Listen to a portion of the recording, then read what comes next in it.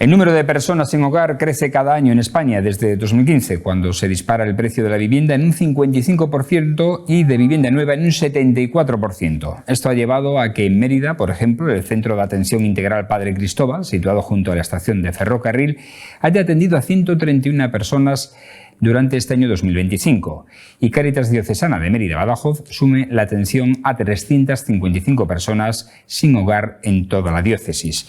En un momento en el que hablamos de crecimiento económico, siempre hay personas que se quedan descolgadas, y estas son atendidas por instituciones como el Centro Padre San Cristóbal de la capital extremeña. Vamos a conocer además de cerca a una de ellas. Por eso hoy ponemos en la picota a las 131 personas sin hogar atendidas en Mérida.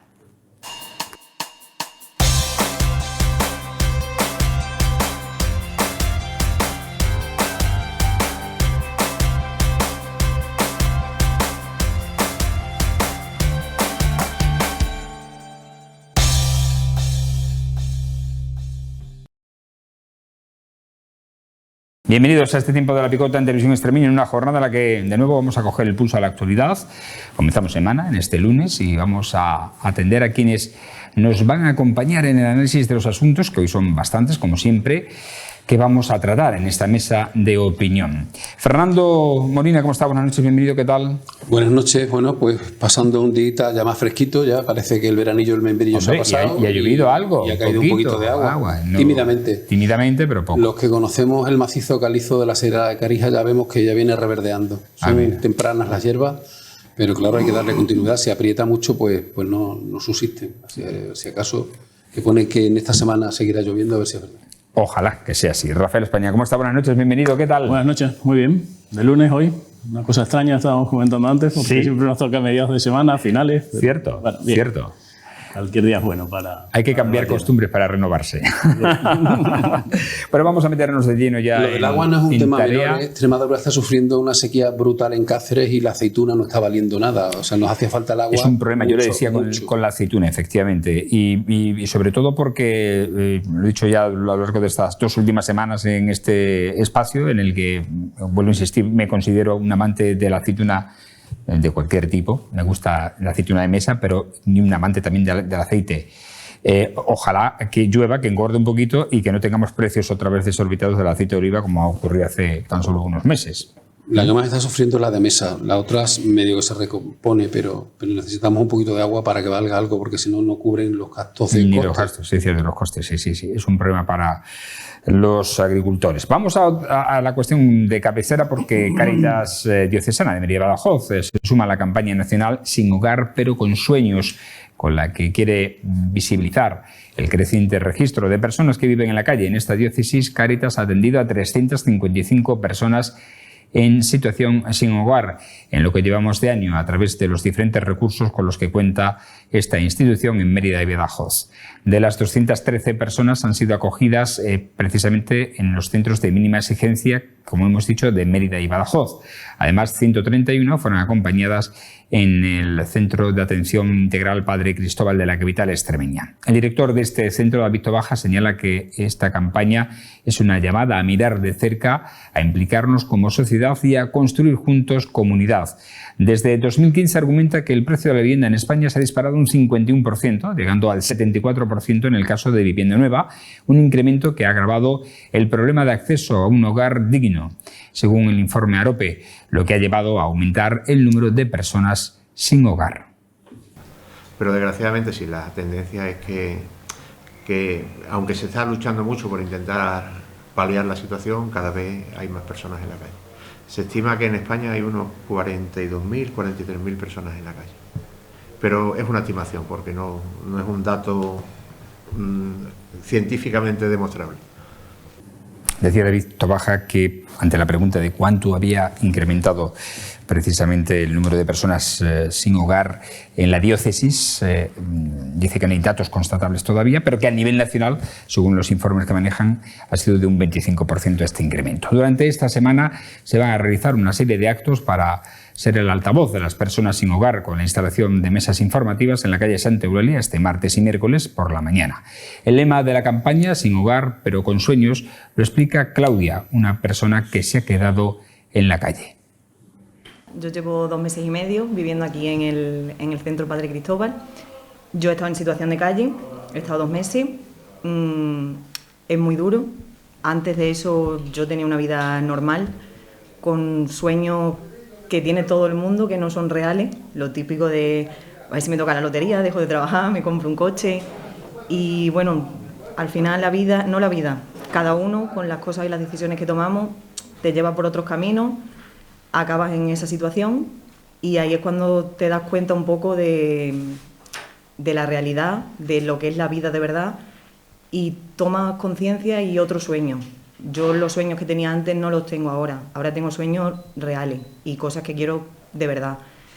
Yo soñaba con tener un trabajo, lo tengo, gracias a estar aquí. Sueño con tener una vida tranquila, con vivir en mi casa, con mi pareja, tener una familia. Es triste, bueno, encontrar a personas así, ¿no? Fijaros en un ejemplo. Es Claudia, precisamente, que se vio en la calle, ha estado 2 meses y medio viviendo en el centro del Padre San Cristóbal de Mérida. Fernando.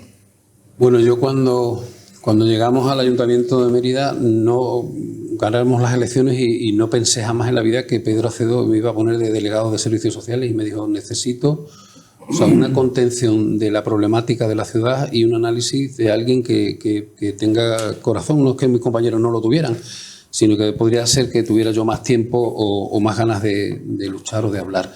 Y en los casos como este, pues son los que te rajan el corazón, porque es la pobreza vergonzante. O sea, las personas que sienten pavor de no saber cómo salir de la situación, eso casi todo el mundo le sucede, pero luego es que no sabes dónde recurrir y claro, te pones en el papel de tener que dormir en un coche, en un portal y que te veas en la calle y cuando eso no ha sido tu oriente, tu punto de partida en tu vida, pues la verdad es que te corta totalmente la sangre, te corta la sangre. Creo que la sociedad tiene, es que te lo llevas esto al otro punto, decir, sí, bueno, los gobiernos están muy bien que tengamos la cooperación internacional y que estemos dando dinero para todo lo que estamos dando dinero y no quiero meterme en polémica ni ser muy tajante en cuestiones que parecen que son, bueno, pues de sentido común y de responsabilidad, pero muchas veces te preguntas allí si el apoyo a una cooperativa en el Machu Picchu pues es tan importante como esta mujer, o esta mujer es más importante que lo que pueda pasar allí, o aquello es responsabilidad de todos, de la comunidad internacional, y tenemos que empezar el principio por la base de las cosas. Entonces, si hay datos que cuando hay para todo, la abundancia es muy fácil administrarla. Cuando no hay, yo creo que es cuando de verdad se necesitan líderes y políticas y entidades que sepan hacer un reparto de la riqueza para que sea menos la pobreza, porque repartir la pobreza es lo más fácil, no darle a nadie. Pero en este caso, a mí me lleva el debate a que se optimicen los recursos, estén donde estén. Y primero, no con un discurso xenófobo, sino primero los que están damnificados, porque todavía están los de Canarias, los de La Habana, los de Valencia, y ahora esto que nos cae en todas las casas, pues a mí la verdad el dato me ha sorprendido mucho. No me esperaba que pudiera ser exponencialmente la problemática de la subida del precio de la vivienda, que eso afecte a que más gente se quede sin vivienda. Porque desde luego lo que sí tengo claro que la solución no es la ocupación de vivienda.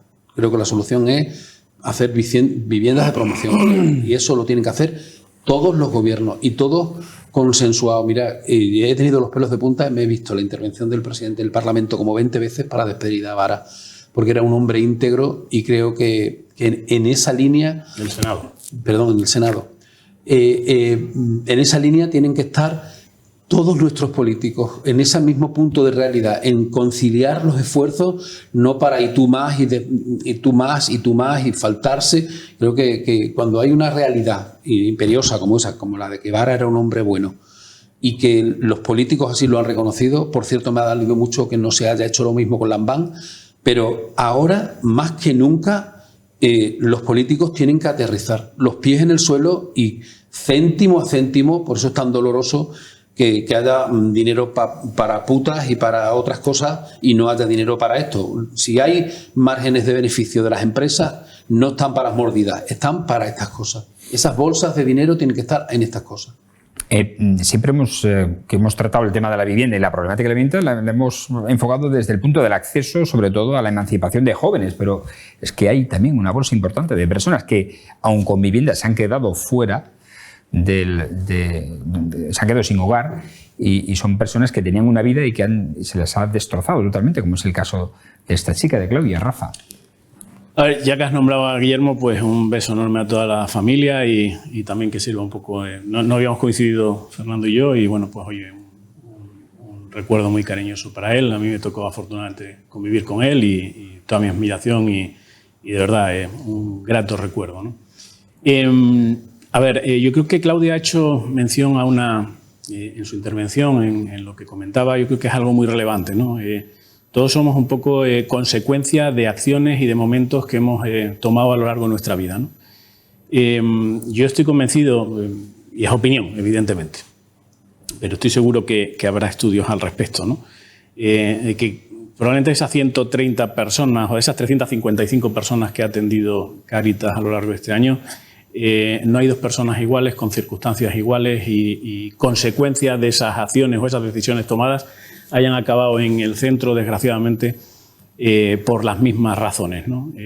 Toda mi admiración, además, a Claudia. Hablaba Fernando de esa pobreza vergonzante, que es muy dura, o debe ser muy dura. Seguro el dar la cara y reconocer una situación, ¿no? Yo creo que ha puesto un punto, primero, clave, ¿no? Que estas personas den la cara y reconozcan su situación y no tengan vergüenza a afrontar esa nueva segunda oportunidad. Siempre hablamos de la segunda oportunidad empresarial, hay una ley de segunda oportunidad y tal. También estas personas deberían de gozar y deberían de tener una segunda oportunidad, no sé llamarla social, ¿no? Porque es verdad que las personas, desgraciadamente, se les asigna un estigma a este tipo de personas o a estas personas que cualquiera de nosotros seguramente en unas condiciones y fruto de unas decisiones equivocadas podríamos vernos mañana sin darnos cuenta en situaciones similares, ¿no? No sé si iguales, parecidas y demás, ¿no? Y luego hay un punto que es el que tú comentabas, que es verdad que hoy por hoy el tema de la vivienda se está enfocando sobre todo a los jóvenes para su emancipación y demás. Pero cuánta falta de vivienda sigue existiendo para todo este tipo de personas o ciertas coberturas, ¿no? Que a lo mejor son fruto también de la propia legislación existente, de los no alquileres, de los propietarios que no alquilan fácilmente a cierto tipo de personas. Todo eso es un caldo de cultivo que genera muchas veces situaciones indeseadas, ¿no? En lo que no estoy de acuerdo en este caso con Fernando, porque yo creo que no son excluyentes, es el destinar los dineros pertinentes de unas cosas o de otras. Yo creo que esto no es excluyente el que reciban cierta atención, ciertas coberturas. Yo creo que existen esas coberturas. Probablemente puedan mejorarse, puedan gestionarse de mejor manera, pero creo que no es excluyente con el resto de cuestiones que mencionabas, de cooperación internacional o otro tipo de cooperaciones, ¿no? Completamente de acuerdo en que dineros mal destinados, mal manejados, véase todas estas bolsas y todos estos sobres y todas estas historias que hoy por hoy siguen desgraciadamente encima de la mesa, ya los vivimos hace muchos años y seguimos desgraciadamente, siguen estando, cuando menos son noticias, luego no sabemos si son legales o no, ya lo dirá el juez de turno, pero sí es verdad que probablemente requieran de una reorientación ciertas políticas de vivienda. Las administraciones hoy por hoy parece que convienen, pero todos en pos de facilitar el acceso a la vivienda a las personas jóvenes. Parece que se ponen de acuerdo en el fondo, pero creo que queda mucho recorrido todavía en la forma, ¿no? Hay fórmulas de colaboración entre administraciones, unos ceden el suelo, otros construyen, unos financian. La colaboración público-privada entendida desde el punto de vista de que bueno, hay una empresa que es la que construye, fruto de esas cesiones de suelo y por tanto abaratamiento de la vivienda y facilitar el acceso. Bien es verdad que desgraciadamente ese ratio que se hablaba de no dedicar más de un 30% del salario a destinarlo a la vivienda, hoy por hoy sigue sin cumplirse, ¿no? Y las pruebas las tienes en estos informes de pobreza, los informes AROPE y las dificultades y las encuestas que todos los días nos desayunamos desafortunadamente con esa dificultad de poder emanciparse los jóvenes. Se vincula todo a esa larga estancia de los jóvenes en casa de los padres, a la dificultad de acceso a la vivienda, al tener que compartir vivienda con otros individuos de su edad. yo creo que además está ahí la desafección de los jóvenes, no está sabiendo, los grandes partidos no están sabiendo, este estado del bienestar que hemos vivido, no está sabiendo dar respuesta a esas necesidades de los jóvenes. Y de ahí cierta, permitidme la expresión, radicalización hacia, en este caso toca la ultraderecha, ¿no? Pero cierta desafección por los partidos tradicionales y se van yendo a quienes les prometen algo sencillo, algo fácil, que no lo es. Evidentemente, si no todo el mundo hubiera puesto una solución inmediata, pero yo creo que fruto de esa dificultad o ese no saber entender cómo darle solución, estamos viendo hoy una situación sociológica complicada y compleja, ¿no? Yo estoy, como casi siempre, y espero que sea siempre así, de acuerdo en el grueso de tu discurso, pero voy a llevarte la contraria en algunas cosas. Mira, los dos hemos tenido experiencias de gobierno cercanas al urbanismo. Tú tutelando como concejal y yo como consejero de la gerencia cuando había una gerencia autónoma de urbanismo. Los temas de urbanismo per se son difíciles, son complejos, son difíciles. Pero yo creo que en este caso se han juntado el hambre con las ganas de comer. O sea, que la iniciativa privada, la institución, el Plan General de Ordenación Urbana, digo, circunscribiéndolo al entorno local y luego a toda España, este tema no le ha interesado a nadie de verdad. O sea, coger el toro por los cuernos no le ha interesado a nadie y lo han dejado al libre mercado. Sí, yo ahí no te he querido, o sea, si has entendido de mi intervención eso, o sea, hacia ese lado, no, para nada. He entendido que no se solucionaba porque es muy complejo. No, que es complejo resolverlo sin duda, pero que precisamente lo que he puesto el foco es en que no se ha sabido responder o no se ha querido, si quieres, probablemente también. No se ha querido, Rafa. Se ha mirado para otro lado. Que es una discusión, un debate complejo, probablemente. No ha habido esa preocupación hasta ahora, se ha seguido tirando y cuando estás en contra del problema es de golpe, exacto, es una bomba. O sea, yo ahí no. Se ha mirado para otro lado, se ha mirado para otro lado. La falta de vivienda de protección pública, sin duda. Entonces, ha habido muchos años sin ese tipo de vivienda. Sin nada. Entonces, claro, ahora nos hemos comido el nicho y ha explotado esto de una forma. Mira, yo creo que la culpa la tienes tú. La culpa la tienes tú por empezar con un tema importantísimo y trascendental que se puede comer todo a la hora. No lo vamos a hacer porque vamos a hacer muchos temas y vamos a analizarlo todo. Pero esto, de aquellos lodos vienen estos barros. Es que claro, no hay ninguna cosa que no tenga una dimensión integral, que no esté conexionado con algo.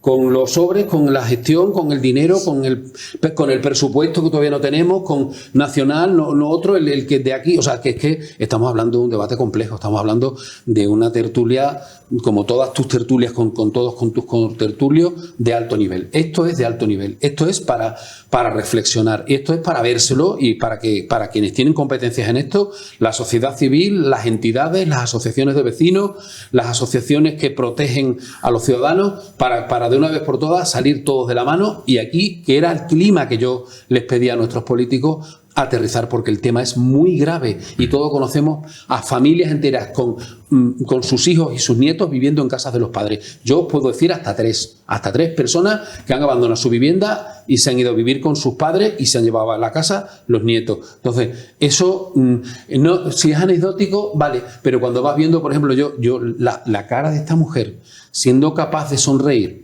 y creyendo que hay esperanza, es una lección de vida. O sea, una lección de vida. Yo hasta ahora he sido capaz de hacer mis sueños, tal. Yo lo que digo aquí es que este es un tema que hay que ponerse manos a la obra. Si decimos, hemos escuchado muchas veces un pacto por la sanidad, un pacto por la educación, para que no llegue un partido y gobierne y derogue lo que ha aprobado otro, sino que haya una continuidad. Pues en la vivienda, que es un derecho fundamental reconocido en la Constitución, es que tiene que haber de verdad un pacto global, general y un foco de inversión. Y digo, si no se está, porque todos sabemos que si no es tirar balones al aire.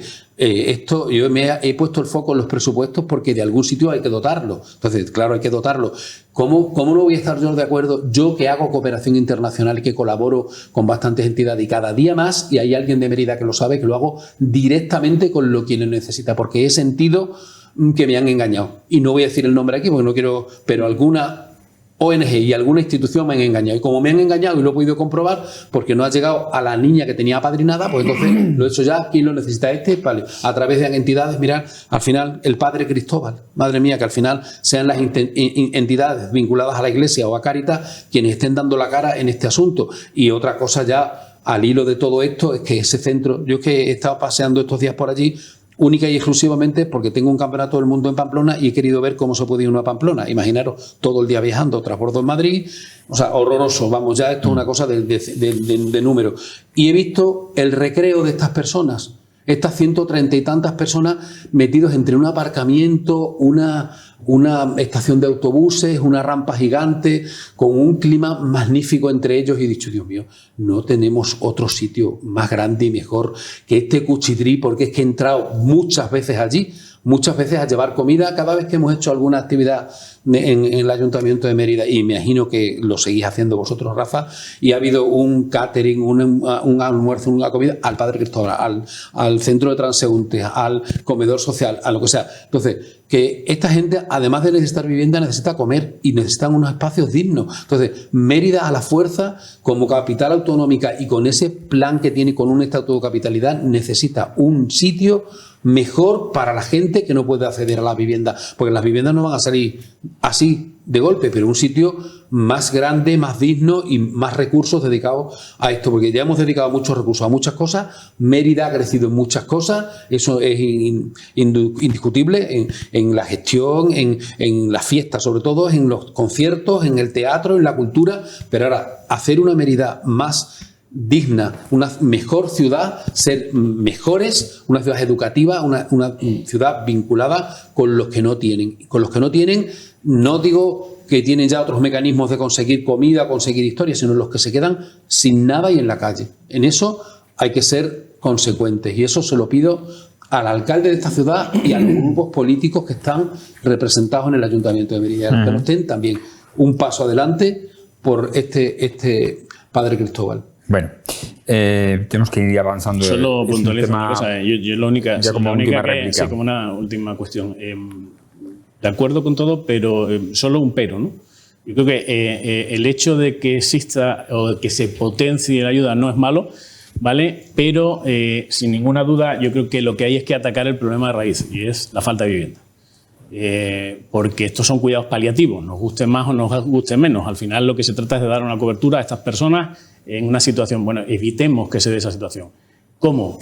Promoviendo la vivienda. Yo creo que desde ese punto de vista el Ayuntamiento ha hecho una cuestión que es la renovación o del nuevo Plan General Municipal, el antiguo Plan General de Ordenación Urbana, dotando de mayor número de suelo para viviendas de protección oficial y, por tanto, facilitando o facilitará en un futuro el acceso a la vivienda más asequible, ¿no? Yo creo que es donde la raíz. Ahora bien, aquí existen otra serie de condicionantes de estas personas, ¿no? Que no es solo la falta de vivienda, son sus situaciones coyunturales o estructurales que requieren probablemente otro tipo de atención. De atención, sí, y de análisis. Bueno, o de análisis, sí.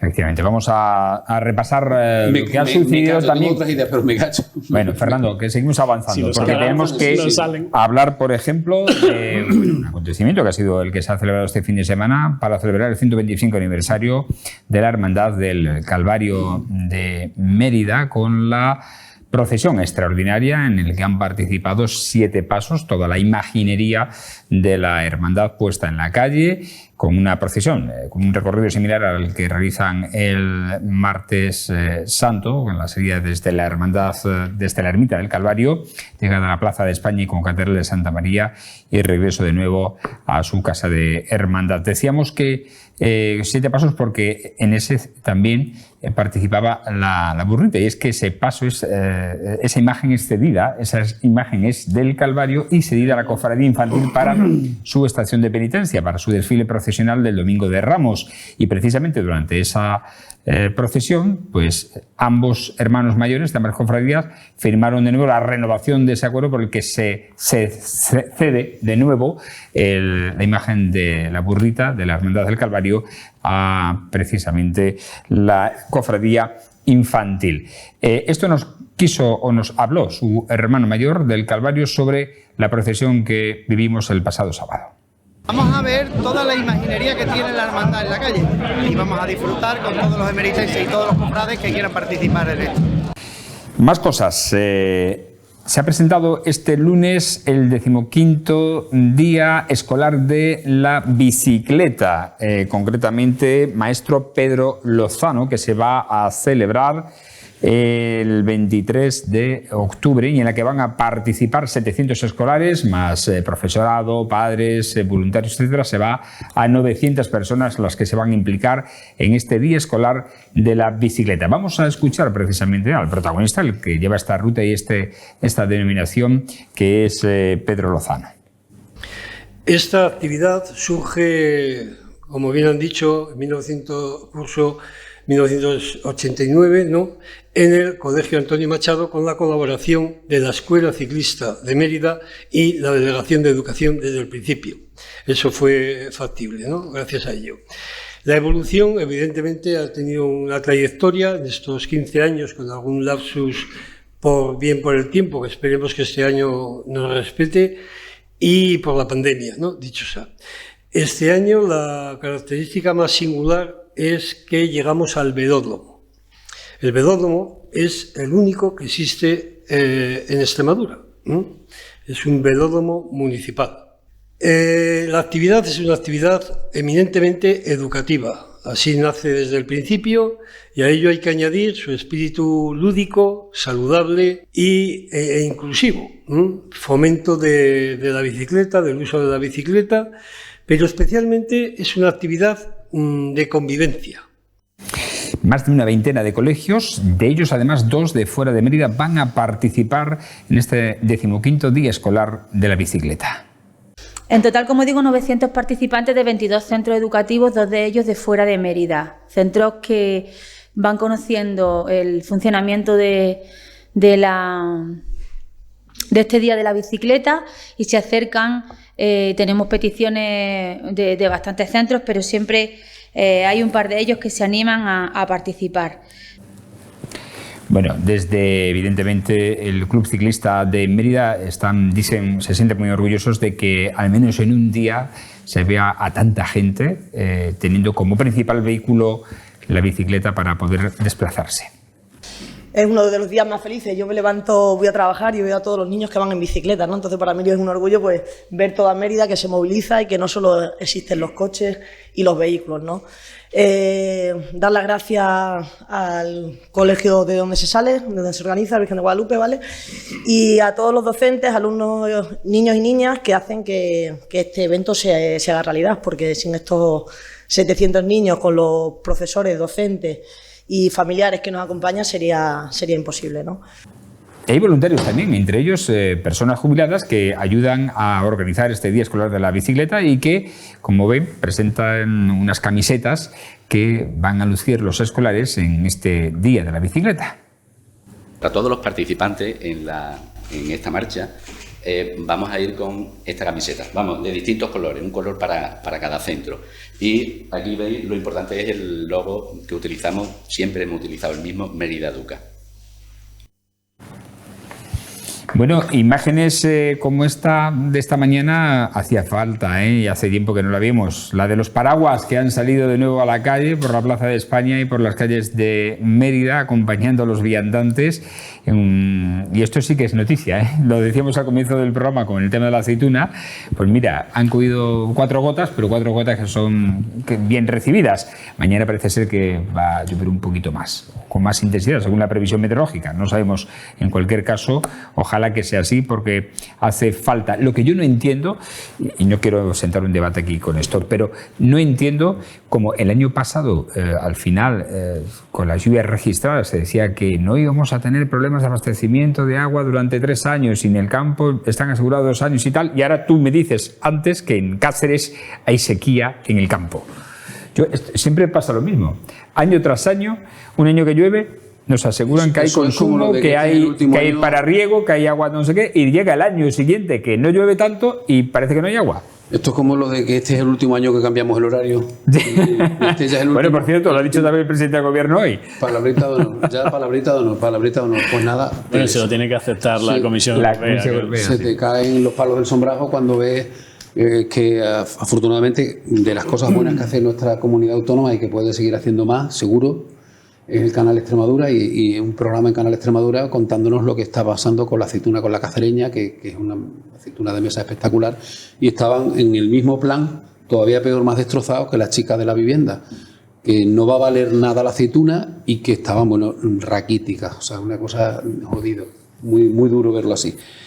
Efectivamente no se comprende, pero como cuando están los pantanos llenos les dan largas para abaratar el precio de la luz, pues los pantanos se bajan porque producimos energía eléctrica con el agua y entonces, claro, se pierde el agua. Eso es lo que pasa realmente, francamente, con el agua, que es así de duro. Lo que yo no sé es por qué, precisamente sobre el tema de los pantanos, creo que las concesiones ya están caducadas, ¿no?, en Extremadura.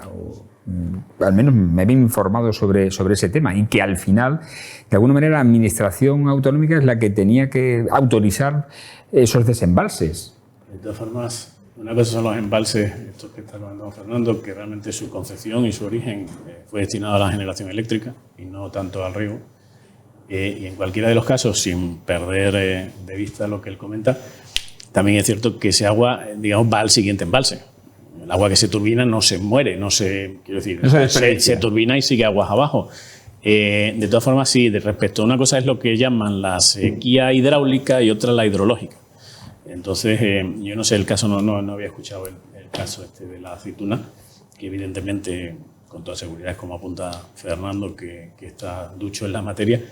Pero a ver, agua hay, y lo que se asegura es ¿cómo se dice?, de la temporada de riego, de regadío y todo ese tipo de historias. Aquí a lo mejor estamos hablando de extensiones de secano, que no lo sé, insisto, no tengo ni idea. Y a lo mejor pues se contaban con unas aguas que no han caído, no lo sé. ¿No? Bueno, es un tema que desconozco. Es verdad que el otoño ha comenzado seco. El otoño es cierto que ha comenzado seco y que se esperaban algunas lluvias que no se han producido todavía, pero bueno, todavía estamos en el principio de la estación y esperemos que el otoño hidráulico se recupere, ¿no?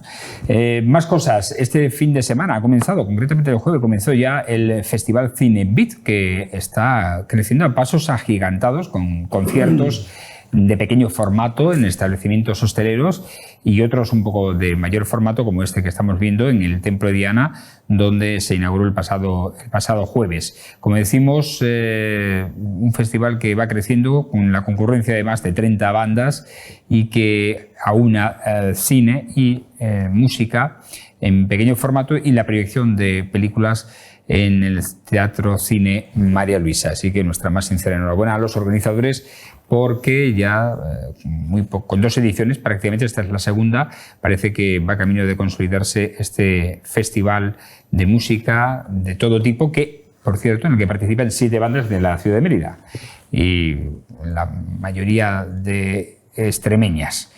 Creo que además es una apuesta muy interesante, sobre todo porque siempre se habla en este momento de que faltan escenarios para todas estas nuevas bandas que van surgiendo, y me parece que es un escaparate fantástico. No en vano, el año pasado, ahora tan de moda, que están los Sanguijuelas del Guadiana, fueron la banda que abrió el Cinebit precisamente en el Templo de Diana el año pasado. ¿Cierto?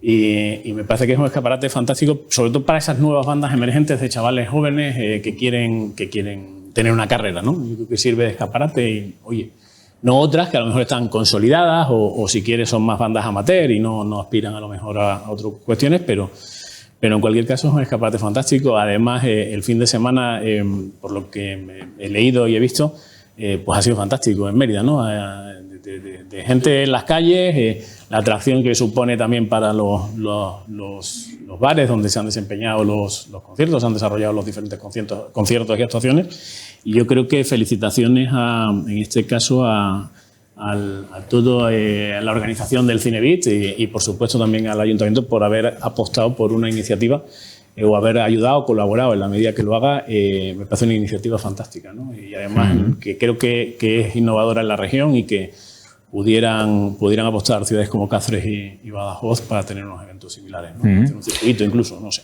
Pues extendemos esa felicitación a uno de nuestros colaboradores habituales en Romanitos para hablar de fútbol. En este caso es Ángel Briz. Ángel Briz Jr., que es el cabeza visible de este festival Cinebit. Vamos a otra cuestión, porque la ciudad de Mérida recibió a casi 4.000 visitantes durante el pasado Puente del Pilar, lo que supone un aumento del 112% con respecto a 2024 durante el mismo periodo. Así lo ha comunicado el delegado de Turismo, quien ha destacado la tendencia positiva, dice, respecto a años anteriores, con datos por debajo de este 2025, incluso cuando el puente ha sido de 5 días. En este sentido, según indica, en 2024 los datos reflejaron una fuerte caída respecto al año anterior, lo que refuerza aún más los datos actuales, según indican fuentes municipales. No obstante, se ha producido un descenso en cuanto al turismo internacional, con un total de 634 visitas extranjeras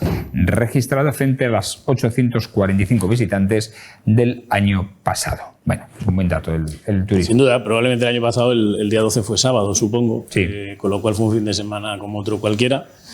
Y bueno, pues yo de todas formas creo que aquí hay una cuestión que el Ayuntamiento además debería hacer, pues yo creo que merece la pena, ¿no? Una abundar y darnos a conocer a la ciudadanía cuál es el gasto medio por turista, que yo creo que es un ratio que de verdad es el que pesa.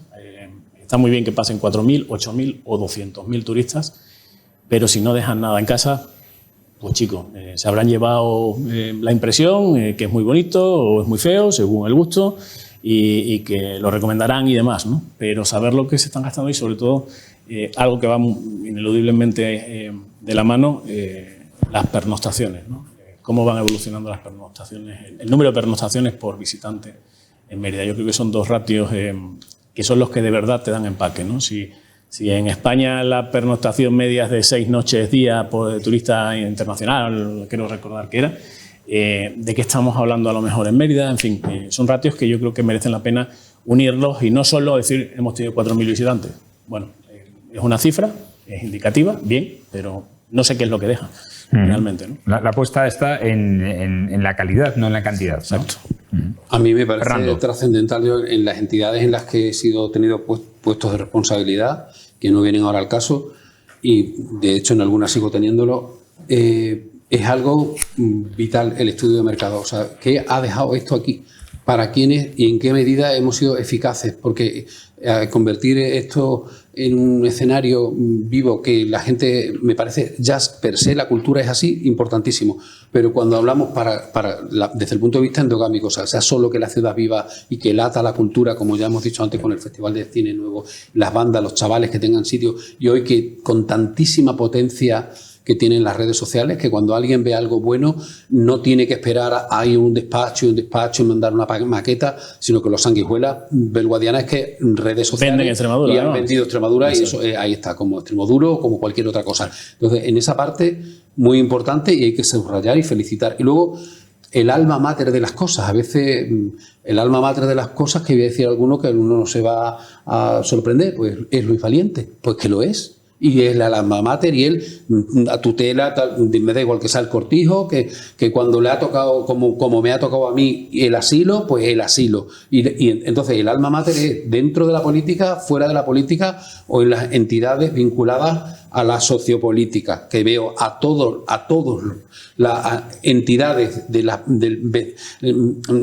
lo que representa a las plataformas vecinales de Mérida dormidos. Dormidos, los veo muy dormidos, ni para bien ni para mal, como hablábamos con lo de la huelga. Venga, ahora 16 años una huelga y la vamos a hacer ahora por Palestina, no por todo lo que está pasando con los autónomos, ni con los trabajadores, ni con los despidos, ni con nada. Entonces, sí, a ver si tenemos esas plataformas, esas entidades, porque hablábamos en el último programa, Rafa, tú y yo, que hablábamos del concurso de albañilería. Pues si no está el técnico que hace el concurso de albañilería, alguien lo tiene que tutelar. Y si en este caso es una persona privada, pues tiene que tener un relevo. Y en todo hay que tener un relevo. Entonces, en este caso, a mí, con el tema del turismo, voy en la línea que dice Rafa y mucho más, que me ha parecido un apunte magnífico lo de el cálculo de qué deja un turista en la ciudad. Deja un coche puesto en el parking, deja que consume, que visita los monumentos, que duerme en la ciudad, pues eso es una cosa importante, pero que no se le olvide a nadie la enorme estafa y el engaño de que estos datos serían mucho mejores, porque el turismo ha crecido exponencialmente en toda la región. O sea, en Cordovilla pues también hay más turismo, porque vivimos del turismo. Entonces cada uno explota lo que tiene para poder conseguir una tajada mejor de visitas o de gente que deje algo. Pero aquí el caballo de batalla a mí no se me pasa, aunque ya lo hayamos tratado. El AVE. No puede ser que venga el rey a inaugurar un tramo del AVE y viajen a 200 kilómetros por hora a Badajoz, y el de vuelta, los que iban en ese AVE vuelven a 60 kilómetros por hora, porque ni siquiera la dignidad del de vuelta.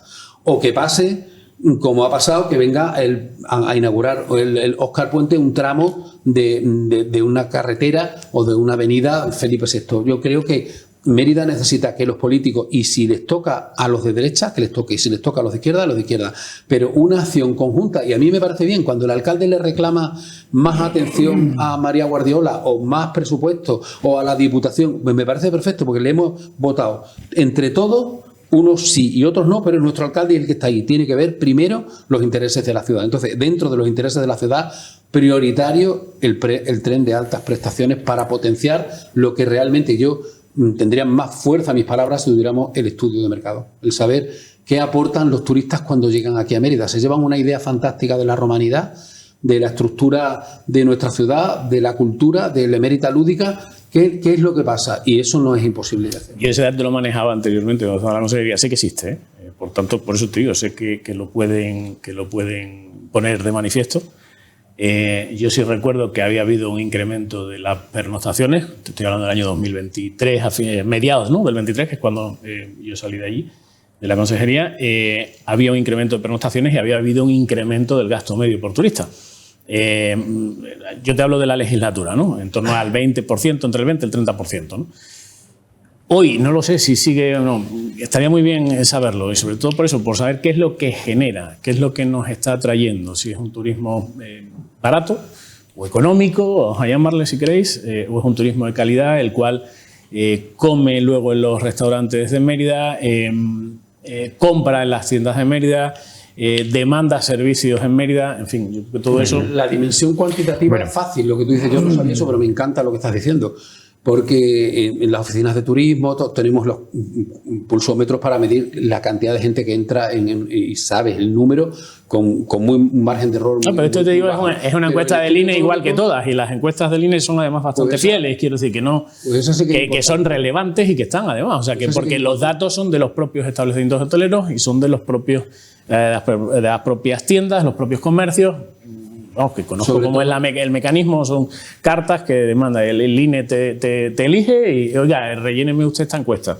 Y se rellenan las encuestas. Y sobre todo así es, soy consciente de ello porque llevo no sé cuántos años que además, soy panelista del INE, que repite una y otra vez. Cuando te toca ya es para toda la vida. Llevo como 15 años siendo, dando datos al INE. Por eso es muy importante para luego dirigir la brújula de qué turismo de calidad queremos. Si no tienes el dato, pues no. El enfocar, ¿no? Venga, vamos a otro asunto porque, estamos fuera de tiempo, pero creo que es importante tratarlo ya en clave autonómica. El secretario general del PSOE de Extremadura, Miguel Ángel Gallardo, ha señalado este lunes que hay una firme voluntad por parte de la Junta de Extremadura de que no haya acuerdos para aprobar los presupuestos de 2026. De esta manera se ha referido Gallardo a que no existen avances cuando no hay mucha voluntad, dice, para que haya esos avances. Pero recalca que en cualquier caso será responsabilidad de la presidenta de la Junta, María Guardiola. Del mismo modo, y preguntado por el ofrecimiento que realizó la pasada semana Guardiola de cara a mantener un encuentro, Gallardo ha dicho que la presidenta le trasladó que en estos momentos no era factible una reunión. Se registraron la semana pasada los presupuestos. No se han negociado todavía. El líder de la oposición le llama para acordar una reunión y negociarlos. Y dice que en estos momentos no es. ¿Cuándo es el momento para negociarlos? Pregunto. Fernando. No, hay cuestiones que son difíciles de analizar desde la postura de espectador. Uno no está metido en arenas y no sabe de qué va la cosa. Pero a mí es que per se, en esto y en todo, me gustan las reuniones. O sea, yo en lo que he sido capaz de negociar, nosotros cuando haces un borrador de presupuesto, lo hacen normalmente los técnicos tomando en consideraciones donde te has quedado en las partidas, las nuevas iniciativas que vas a poner en marcha, las nuevas políticas que vas a poner en marcha. Y aquí están mis compañeros, que los echo muchísimo de menos. He estado con Carmen Yáñez y con Estrella Gordillo los años que hemos estado negociando los presupuestos para escuchar sus propuestas, dándole un borrador donde podíamos y donde ha habido consenso, pues ya cuando se ha vuelto a redactar, primero ver el borrador, analizar las propuestas y luego sobre eso habrá cosas que sí o que no, pero volvemos a lo mismo de antes. Mira, yo no quiero... Perdona, digo esto de lo de la negociación porque con Vox ha ocurrido lo mismo. Sí. O sea, ha sido hoy noticia el PSOE, pero la semana pasada lo dijo Vox. Sí, y yo digo que los ciudadanos, mira, me decían en clase de pedagogía que muchas veces los alumnos tenemos los profesores que nos merecemos porque no luchamos porque nos los cambien. Y a mí me encantaría que el pueblo español tomara ejemplos. Se han cumplido 80 años de la bomba de Hiroshima, ¿no? Y cuando veía el documental diciéndome que al día siguiente de los americanos haber hecho aquello, estaban los japoneses unidos con ellos para reconstruir lo que se había derribado.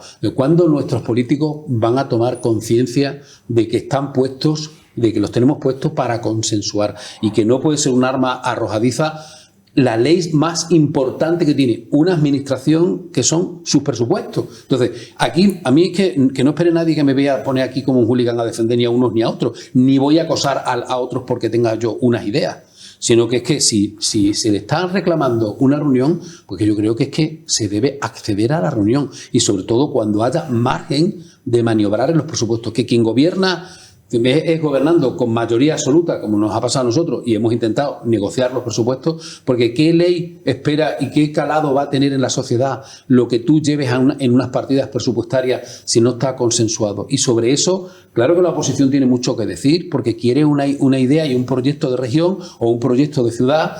Hablo porque cuando tomo el modelo de Mérida por su capitalidad, porque tienen competencias en muchos aspectos y porque hoy los ayuntamientos es verdad que se dedican a muchas cosas. Entonces, si se te está reclamando, primero es de facto, de estilo, que tú convoques a la oposición para la negociación de los presupuestos. Luego harás caso o no, o puedes hacerlo o no te interesa porque tú llevas un programa electoral y dices unas cosas y es el que mayoritariamente se ha votado, y le dirás al que sea, oye, mira, ese proyecto está muy bien, pero es que yo tengo este y este por delante que son los que llevo en mi programa electoral. Si me cabe o si te puedo apoyar o si te puedo ayudar, lo vamos a hacer. O podemos derivar, y si encima además del problema está la solución, pues mira, de esta partida podemos recortar. Esto lo hemos hecho muchas veces. Entonces, si los ciudadanos vieran cómo se negocia un presupuesto y vieran que realmente hay una labor de trabajo, de encaje y de voluntad de aunar esfuerzos para que así nos perciban los vecinos, yo creo que los políticos lo harían. Yo no sé si ya cuando uno llega a la política regional o a la nacional se endiosa y ya se le olvida a uno lo que es servir y a lo que estamos, para lo que estamos, pero cuando a mí la pregunta que me dices, ¿cuándo hay que hacerlo? ¿Cuánto antes? Rafa. A ver, yo creo que aquí hay una falta de inicio, ¿no? O sea, un problema de inicio. Esta señora, o el Partido Popular, si quieres, pero bueno, focalizo en esta señora, que es su máxima representante en el gobierno de la Junta de Extremadura, presidenta, ¿no? Está en inmensa minoría en el Parlamento extremeño. Si tú quieres aprobar una ley, lo lógico es que consensúes con quien sea, me da exactamente igual, para sumar una mayoría suficiente que apruebe, como bien dice Fernando, la ley más importante anual, ¿no? Que al final es la que marca las políticas que tú quieres desarrollar. Si estás en mayoría, pues evidentemente puedes proponer tu ley que va a salir adelante sin contar con absolutamente nadie, y luego en el trámite de enmiendas, pues bueno, a lo mejor puedes querer o no incorporar las mismas de otros partidos políticos, incorporarlas a la tramitación del proyecto de ley, ¿no? De presupuestos. En este caso, si usted no tiene mayoría y a priori no goza de ningún apoyo, lo lógico es que debatiera, negociara, cuanto menos pulsara la posición de los otros grupos que forman la Asamblea de Extremadura, ¿no? Al no haberlo hecho, bueno, pues alimenta sin duda toda la rumorología o todas las noticias que dicen que obedece a órdenes de Génova para hacer una convocatoria anticipada de elecciones. Las convocatorias anticipadas de elecciones no se anuncian. Esto es como las denuncias o las demandas. Se ponen o se interponen o se convocan. Y no hay... Voy a convocar elecciones y no tengo presupuesto. No, juegue a eso, ¿no? Aquí todo depende de ella, de que quiera o no quiera convenir o quiera llegar a acuerdos con unos y con otros. Desde luego está claro, el año pasado no lo hizo y este año parece que va en la misma línea. Con los socialistas no quiere pactar. Eso es clarísimo. Ya se pronunció al respecto de las propuestas que el Partido Socialista le hizo durante la pseudo negociación de presupuestos, en las cuales se asistió y fue un papel, se asistió con un papel en blanco, o sea, no se sabía a qué se iba, se mostraron unas líneas generales de lo que podían ser los presupuestos, pero hasta la semana pasada no se conoce el detalle, ¿no? Y ahora, bueno, pues la ley está en el Parlamento y no sé exactamente qué es lo que quiere la señora Guardiola, si realmente va a optar por pactar con la ultraderecha, a la cual también a priori, muchas veces son fuegos artificiales, pero a priori los ha echado del escenario o de la mesa, y desde luego a socialistas también. Se les ha brindado la oportunidad, al menos yo hablo por el Partido Socialista, que sí conozco, se le ha brindado la posibilidad de llegar a acuerdos. ¿Quiere usted llegar a acuerdos? El que está en minoría, si quiere aprobar el grueso de sus propuestas, debe de aceptar algo. En una mesa de negociación hay que dar y hay que quitar. Por tanto, yo creo que no hay mucha intención. Ojalá y estemos equivocados. Me parecería un error avanzar hacia unas elecciones anticipadas por muchos motivos, pero sobre todo por la propia sociedad extremeña, ¿no? Yo creo que nos merecemos algo mejor. Y por supuesto que salieran unos presupuestos generales. Si no, también cabe la prórroga, evidentemente. Pero bueno, veremos en próximos días. Veremos si hay un nuevo capítulo. Nos tenemos que ir, que llevamos, mira, 50 minutos. Muy rápido. El debate, todos los principios que apliquemos a la comunidad autónoma hay que aplicarlos a nivel nacional. O sea, tienen que salir unos presupuestos a nivel nacional y el ostracismo de no escuchar tampoco el presidente del gobierno al Partido Popular nos lleva a la misma situación. Y esto lo he visto cuando gobernaba el PSOE y el PP hacía propuestas. Claro, la voluntad de hacer propuestas tienen que ser propuestas reales, porque claro, si tú le vas a proponer al equipo de gobierno... Te puedo asegurar que las propuestas del Partido Socialista, porque además son públicas, perfecto, son todas realistas, perfecto, y asumibles. Yo puedo entender que no quieran asumir y recuperar la ley de patrimonio. Oye, esto es como todo, estás en una mesa, esa no pasa, ¿vale? Vamos a ver el resto, ¿no? O sea, ¿qué es lo que estamos hablando? Si en una negociación tenemos que ceder todos. Hay una enorme diferencia. Hay que ceder todos. Entre tú y yo con esto, que yo solo me he sentado a negociar presupuestos. He estado 16 años en el Ayuntamiento de Mérida, 8 años de gobierno y 8 de oposición, y nos hemos sentado a negociar los presupuestos antes siempre. Sin duda, independientemente de que tuvieras mayoría. Yo eso no lo discuto. Aunque teníamos mayoría. Y mira que es verdad que la gente, para que no nos llamemos a engaños los vecinos, que los presupuestos que nosotros hemos manejado estaban ya prácticamente comprometidos. O sea, tú llegas personal, empresas que gestionan. Pero Fernando, aquí es una necesidad. Pero el problema es que aquí es una necesidad. Siempre, gobernando unos y gobernando otros, siempre hemos cedido unos y otros para hacer alguna propuesta, porque es el estilo democrático, es el espíritu de la transición. Entonces, la crispación no va a conseguir... Yo no voy ni al espíritu de la transición, que también, si es simplemente democracia, es negociar en una mesa. Si de verdad tú quieres negociar, cedes. Y la otra parte cede, precisamente para llegar a un acuerdo. En cualquier negociación. Aquí lo que no puede ser es, te presento mis propuestas. Esto está irrealizable. ¿Quiere usted negociar o no quiere negociar? Pero también ha pasado... Bueno, es que a nivel regional también ha pasado al revés, que el PP ha hecho lo mismo con la negociación de presupuestos gobernando el PSOE, y también le han dicho, mire usted que gobernamos nosotros... Con mayoría absoluta del PSOE, y que es diferente, pero nos sentábamos antes... Pero hasta con mayoría absoluta, Rafa. Con mayoría absoluta luego está el trámite de enmiendas y se aceptan o no se aceptan, Fernando. Los ciudadanos y los vecinos lo merecen, ese esfuerzo, y además Fernando, es que está pagado. Que estamos de acuerdo. El trabajo de uno y de otro está pagado. De acuerdo, pero que hay una fundamental diferencia, y has apuntado tú lo mismo en el Gobierno de España o a nivel nacional, que no tiene mayoría absoluta esta mujer, que el Partido Popular, la Junta de Extremadura... el Partido Popular no tiene mayoría absoluta, porque estos legislativos no tienen mayoría absoluta para poder aprobar los presupuestos. Tendrá usted que negociar si de verdad quiere aprobarlos. Si lo que al final subyace es que usted no quiere aprobar para excusarse en el relato y tener un relato para convocar elecciones, oiga, no, por ahí no. Usted convoca elecciones porque alguien le está diciendo que debe convocar elecciones. Porque no creo que ella en su fuero interno quiera convocar elecciones, sinceramente. También lo veo. Nos vamos, señores, no hay tiempo para más. Fernando, si no, esto es interminable, el toma y de acá. Pero nos tenemos que ir porque hemos consumido, nos hemos pasado con mucho del tiempo establecido, y veremos si asistimos a esta semana a un nuevo capítulo de los presupuestos generales de la comunidad, si se aprueba, si no se aprueba, si hay una teatralización de la escena o no, o realmente hay voluntad. Todo ello aquí en La Picota. Tienes que contratar más tiempo. Sí. A ver si nos contratamos. Gracias, Rafa. Gracias, Fernando. Y venga, un abrazo. Que tengáis una muy buena semana. Y a ustedes, emplazarles a que mañana nos veamos de nuevo aquí en Televisión Extremeña, en La Picota, para poder formalizar este contacto televisivo con la actualidad que tenemos hecho diariamente aquí, tomando el pulso a la actividad de proximidad sobre todo. Le emplazamos a ello. Buenas noches, sean felices.